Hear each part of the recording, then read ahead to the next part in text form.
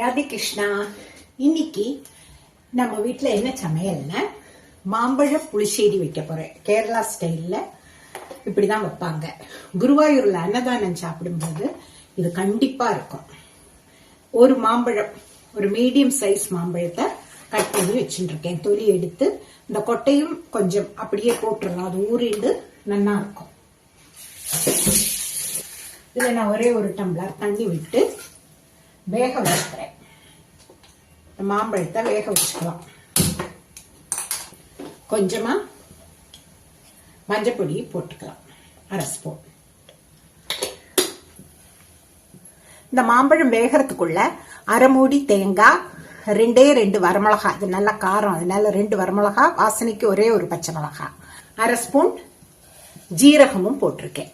அப்போ தேங்காய், வரமிளகா, பச்சை மிளகா, ஜீரகம் இத்தனையும் நன்னா அரைச்சிட்டு வந்துடுறேன்.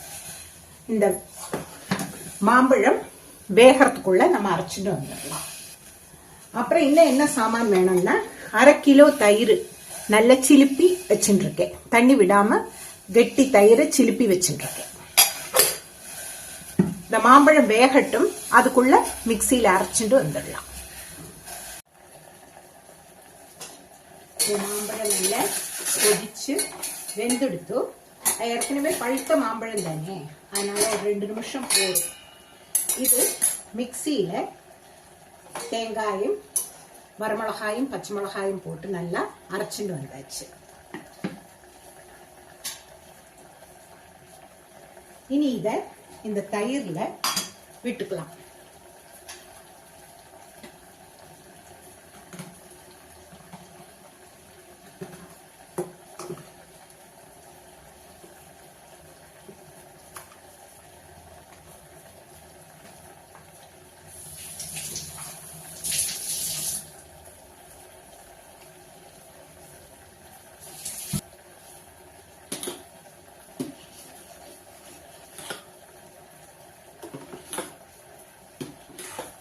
இந்த தயிர்ல இந்த கரைச்சு மிக்சியில அரைச்சதை கரைச்சு விட்டுண்டாச்சு, கரைச்சு எடுத்தாச்சு. இது அப்படியே நம்ம இதுல விட்டுறலாம்.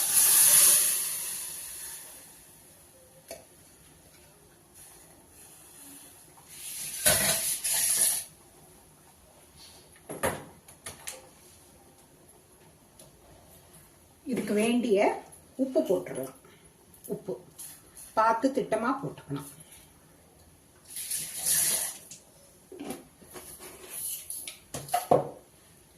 இதை ஒண்ணு சேர கிண்டி விட்டுக்கலாம்.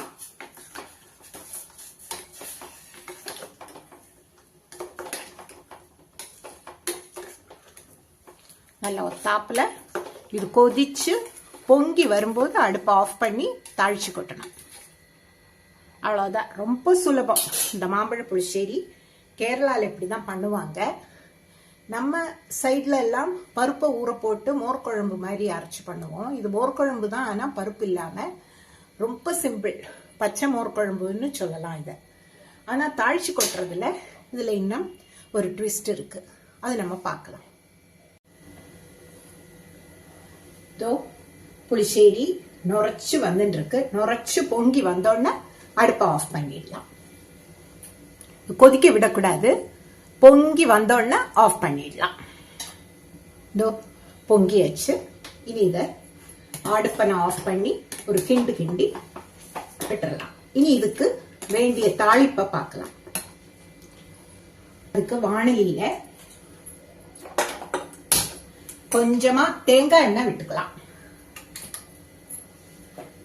ஏன்னா இந்த மலையாள சைட்ல சமையல் எல்லாமே தேங்காய் எண்ணெய் தான் எடுப்பாங்க. அதுக்குதான் தனி ஒரு வாசனை. 1 டீஸ்பூன் தேங்காய் எண்ணெய் விட்டு இருக்கேன். எண்ணெய் காயட்டும். 1 ஸ்பூன் கடுகு போட்டுக்கலாம்.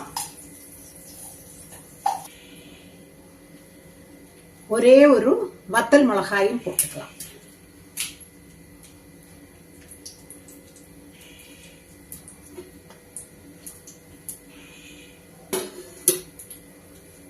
கடுகு வெடிக்கட்டும். நான் ட்விஸ்ட் சொன்னேன் இல்லையா, இதுதான் அந்த ட்விஸ்ட். ஒரே ஒரு ஸ்பூன் வெந்தயமும் போட்டுக்கணும். இந்த வெந்தய வாசனை தான் அதுக்கு ஸ்பெஷலா ஒரு டேஸ்ட கொடுக்கறது. இந்த புளிச்சேரிக்கு கொஞ்சமா கருவேப்பிலையும் போட்டு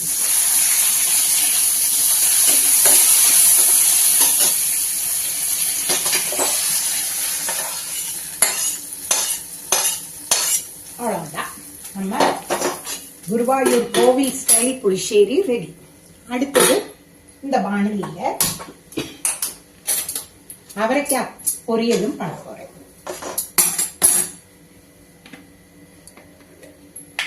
கொஞ்சமா ஒரே ஒரு டீஸ்பூன் எண்ணெய் விட்டுக்கிறேன்.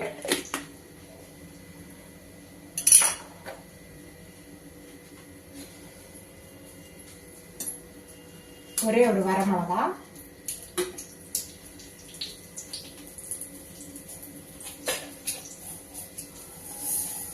கடுகு ஒரு ஸ்பூன்,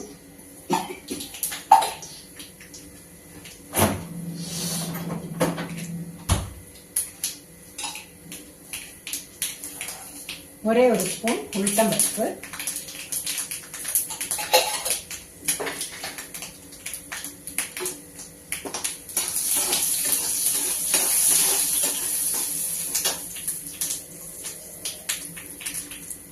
கொஞ்சமா கருவேப்பிலை,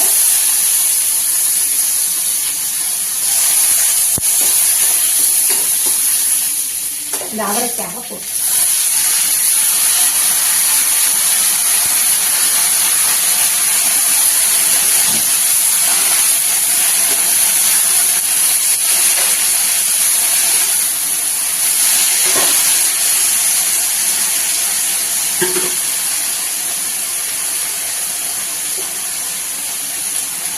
கொஞ்சமா மஞ்சப்பொடி,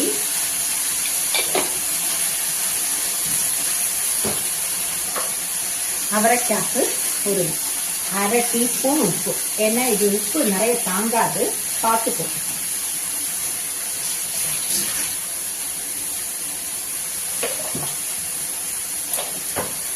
நீ இதை நம்ம நல்லா திருப்பி விட்டு கொஞ்சமா தண்ணி தெளிச்சு மூடி வச்சாலே போதும், வெந்துடும்.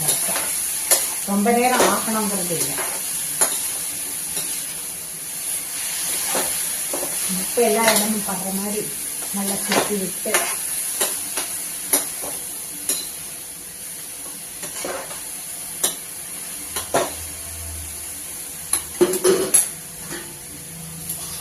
கொஞ்சமா அரை டம்ளர் தண்ணி தெளிச்சு மூடி வச்சு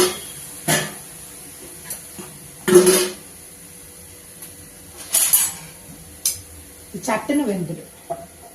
வெந்த அப்புறம் நம்ம தேங்காய் போட்டு எடுத்துக்கலாம்.